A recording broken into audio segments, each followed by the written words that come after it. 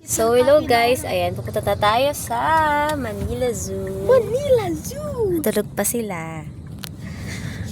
Ayan. Traffic sa Adriatico. Nakarating na nga kami sa Manila Zoo, tapos yung bagong price nila sa bata is 200, dati kasi 100 lang. Tapos sa adult is 300 pa rin naman.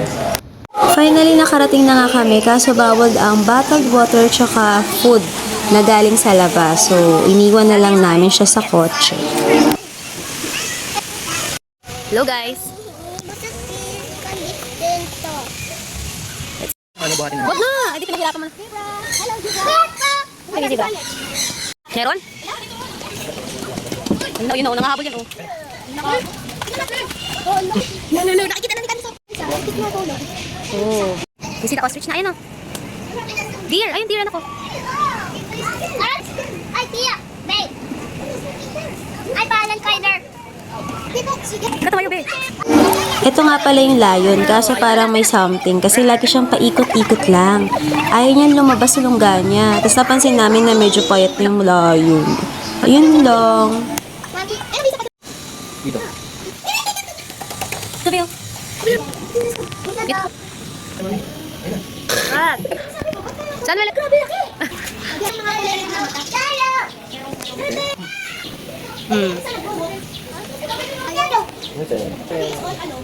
At nandito na nga kami sa butterflies. Kaso wala na yung alligator or crocodile dyan na design. Tapos pansin namin wala na rin yung souvenir. Nagpapapicture sana kami doon. 50 pesos lang yung pagpicture noon. Kaso wala na. Andito kasi si Candice para kasama siya sa picture.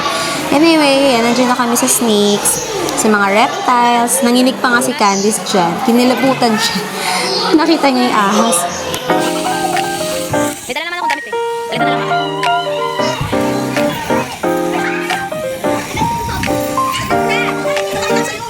What's up?